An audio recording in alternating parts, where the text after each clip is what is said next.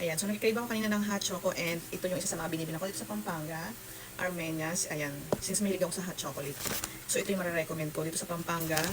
Ayan, ito isa sa mga favorite ko na pastry shop and coffee shop, si Armenias. And aside from that, ay nabili ako sa kanila. So ita-try namin yung banana bread nila, banana walnut bread. So ito yung banana walnut bread nila. Ayan, malaki siya and 200 pesos to.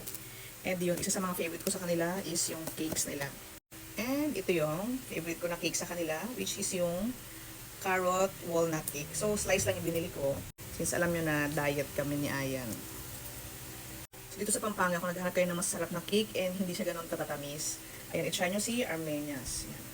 So, ito isang sa slice nito is 125. O, mura lang siya, diba?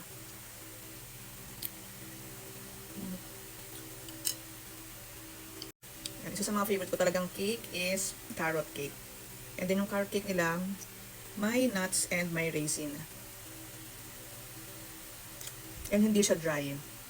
Ayan o, moist yung pinaka-base niya. And yung ito usually cream cheese nung nilalagay dito, hindi siya matamis. Kaya sakto-sakto lang to kung mga nag-dieting kayo and ayaw niyang matatamis na cake. Kasi dito sa area namin, may mga coffee shop dito and tinry ko yung mga, sinubukan ko yung mga carrot cake nila. Ang dry niya, parang crumbly. Ito hindi eh. Kita nyo naman intact siya and moist. Sarap. Hindi siya ganun katamis.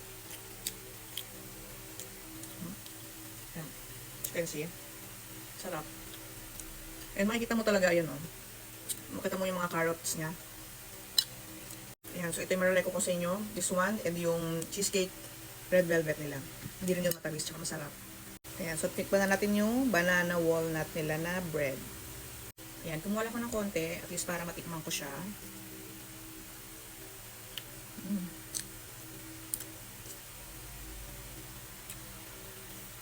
Yan, yung banana bread nila is moist din siya. Kasi usually pag ganitong bread, as dry, parang bubulunan ka, diba? So hindi rin siya ganun katamis.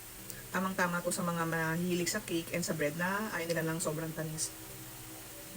Sarap. Kasi nasa mo yung banana niya. Tsaka yung wala siyang flavoring. Kasi yung iba diba ang lakas. Naglalagay sila ng banana flavor.